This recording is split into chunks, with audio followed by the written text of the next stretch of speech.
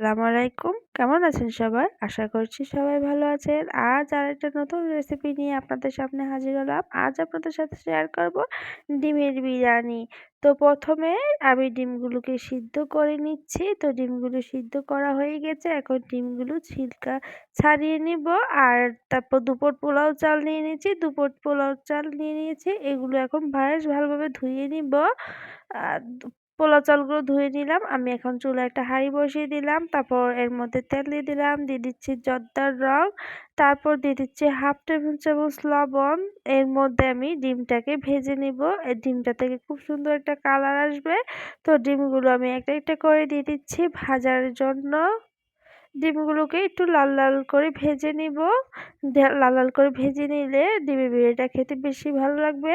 আপনারা ইফতারে এমন মজাদার ডিমের বিরিয়ানিটা তৈরি করে নিতে পারেন খুব সহজেই আমার এই রেসিপিটি দেখে। আশা করি আজকের ভিডিওটি সবার ভালো লাগবে। তো ডিমগুলোকে লাল লাল করে ভেজে নিচ্ছি। আর ডিমগুলোকে লাল লাল করে ভেজে আমি উঠিয়ে নিলাম। এর ডিম ভাজার তেলের মধ্যে আমি পেঁয়াজটা দিয়ে দিচ্ছি। পেঁয়াজের বেরেস্তা করে নিব। তো পেঁয়াজটাকে আমি আরেকটু তেল দিয়ে দিলাম। তেলটা কম হয়েছিল। তো পেঁয়াজের বেরেস্তা করতে কিন্তু বেশি তেল লাগে। তো বেশি করে তেল দিয়ে সুন্দর করে পেঁয়াজের বেরেস্তাটা করতে হবে। না হলে কম তেলের মধ্যে পেঁয়াজের বেরেস্তা করতে গেলে বেরেস্তাটা সুন্দর হবে না, পুড়ে যাবে। তো পেঁয়াজগুলোকে লাল লাল করে ভেজে নিব। পেঁয়াজ আমার অনেকটাই লাল লাল হয়ে এসেছে। আমি আরো লাল লাল করে ভেজে নিব। তাহলে পেঁয়াজের বেরেস্তা হবে। তো পেঁয়াজগুলোকে নেড়ে দিতে হবে, না হলে আবার পুড়ে যাবে। আ নেড়ে, নেড়ে লাল চা করে নিতে হবে। আর চুলাটা কমিয়ে রাখতে হবে। যখন পেঁয়াজটা লাল, লাল হয়ে আসবে তখন চুলাটা কমিয়ে দিতে হবে। তো আমি পেঁয়াজের বেরেস্তা হয়ে গেছে। কিছু পেঁয়াজের বেরেস্তা আমি উঠিয়ে রাখলাম। আর কিছু পেঁয়াজের বেরেস্তা আমি হাঁড়িতে রাখলাম। এখন এর মধ্যে দিয়ে দিব ১ চা চামচ রসুন বাটা, ১ চা চামচ আদা বাটা। তারপর দিয়ে দিচ্ছি দুধের উপর থেকে যে তেলটা তোলা হয়েছে সেই তেলটা। এটা গলে কিন্তু ঘি বাইর হবে। আপনাদের কাছে ঘি থাকলে ঘিটা দিয়ে দিবেন। তো আমি ঘিটা দিয়ে দিলাম। দিয়ে এখন নেড়ে চেড়ে কিছুক্ষণ ভাজা ভাজা করে নিব। আদা রসুন যেহেতু দিয়েছি তাহলে আদা রসুনের যে একটা গন্ধ সেই গন্ধটা আর থাকবে না। তো আমি নেড়ে চেড়ে দিচ্ছি। আর দুধের যে তেলটা দিয়েছিলাম সেটা থেকে ঘি বাহির হচ্ছে আর খুব সুন্দর একটা ঘ্রাণও বাহির হচ্ছে। ঘি দিলে কিন্তু খেতে বেশি ভালো লাগে। তো আমার এগুলো ভাজা ভাজা হয়ে গেছে। এখন আমি সামান্য কিছু পরিমাণ পানি দিয়ে দিলাম। তারপর দিয়ে দিচ্ছি রাঁধুনি রেডিমিক্সের যে বিরিয়ানি মসলাটা সেই বিরিয়ানি মসলাটা আমি এই পরিমাণ নিয়ে নিয়েছি। ২ পট চাউলের বিরিয়ানি করব ৫ টা ডিম দিয়ে। তার জন্য আমি এই পরিমাণ নিয়ে নিয়েছি। বিরিয়ানি মসলা। তো মসলাগুলো বেশ কিছুক্ষণ কষিয়ে নিব। সাথে আমি এখন ডিমগুলো দিয়ে দিচ্ছি। ডিমগুলি সহ একটু কষিয়ে নিব কিছুক্ষণ।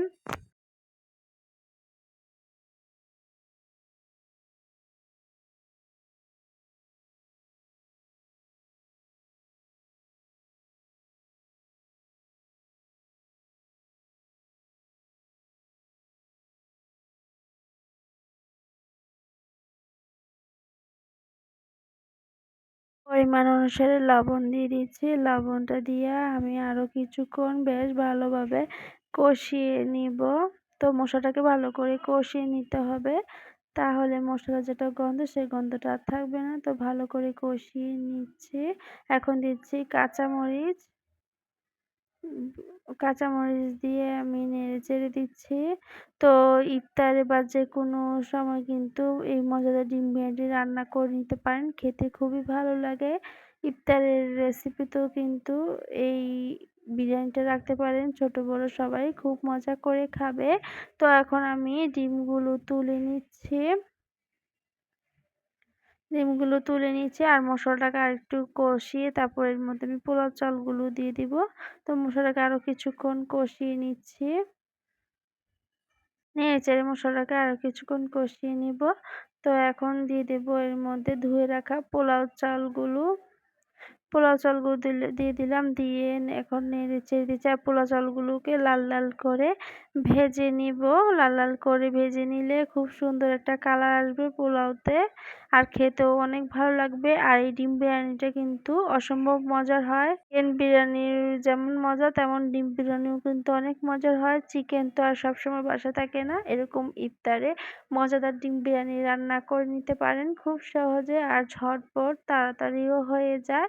তো আমি ভালো করে চালটাকে লাল লাল করে ভেজে নিচ্ছি, আর ঘন ঘন নিতে হবে, চালটা যেন লেগে না যায়। তো চাল যতটা ভেজে নিব চালের থেকে ততটা সুন্দর ঘ্রাণ আসবে। তো ঘন ঘনই নেড়ে দিতে হবে, নাহলে আবার লেগে যাবে। তো আমার চাল ভাজা হয়ে গেছে। এখন এর মধ্যে আমি পানি দিয়ে দিব, পরিমাণ অনুসারে পানি দিয়ে দিচ্ছি। তো গরম পানি দেই নাই, নর্মাল পানিটাই দিয়ে দিয়েছি। দিয়ে এখন নেড়েচেড়ে দিচ্ছি। তো এখন দিয়ে দিচ্ছি লবণ, স্বাদ অনুযায়ী লবণ দিয়ে দিলাম, দিয়ে নেড়েচেড়ে দিব। পানিটা একটু ব্লক আসলেই তারপর ঢাকা দিয়ে দিব। এই তো পানিটা ব্লক আসলেই ঢাকা দিয়ে দিলাম। তো কিছুক্ষণ পর যখন পানিটা শুকিয়ে আসবে তখন আমি ঢাকাটা উঠিয়ে নিলাম, আর ভাতটাকে নেড়ে দিব। আর কতটা ঝরঝরে হয়েছে দেখতেই পাচ্ছেন পোলাওটা। আর কিছু না থাকলে কিন্তু ডিম দিয়ে কিন্তু ঝটপট এই ডিম বিরিয়ানিটা করে নিতে পারেন, খেতে অসম্ভব মজার হয়। যারা এখনো ডিম বিরিয়ানি করে খাননি একবার হলেও ট্রাই করবেন, খুবই ভালো লাগে। তো আমার চালটাকে ভাতটা আমার হয়ে গেছে, এখন এর মাঝে আমি ডিমগুলো দিয়ে দিচ্ছি। তো ডিমগুলো দিয়ে দিচ্ছি একটা একটা করে।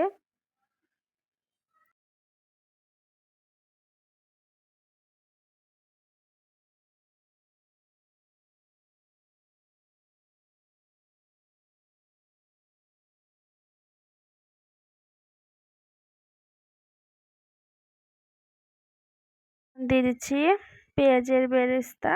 তো পেঁয়াজের বেরেস্তা দিয়ে কিছুক্ষণ ঢাকা দিয়ে দমে রেখে দেব। তো তারপর বিরিয়ানিটা হয়ে যাবে খুব সুন্দরভাবে। এই তো আমার বিরিয়ানিটা হয়ে গেছে, আর আমি একটা বাটিতে সার্ভ করে নিয়েছি। তৈরি হয়ে গেল ইফতারের জন্য, হয়ে গেল মজাদার ডিম বিরিয়ানি, খুবই সুস্বাদু ডিম বিরিয়ানি। ভিডিওটি ভালো লাগলে আমার চ্যানেলটাকে সাবস্ক্রাইব করে আমার সাথে থাকবেন পরবর্তী ভিডিও দেখার জন্য। তো সবাই ভালো থাকবেন, সুস্থ থাকবেন। আল্লাহ হাফেজ। Thanks for watching video.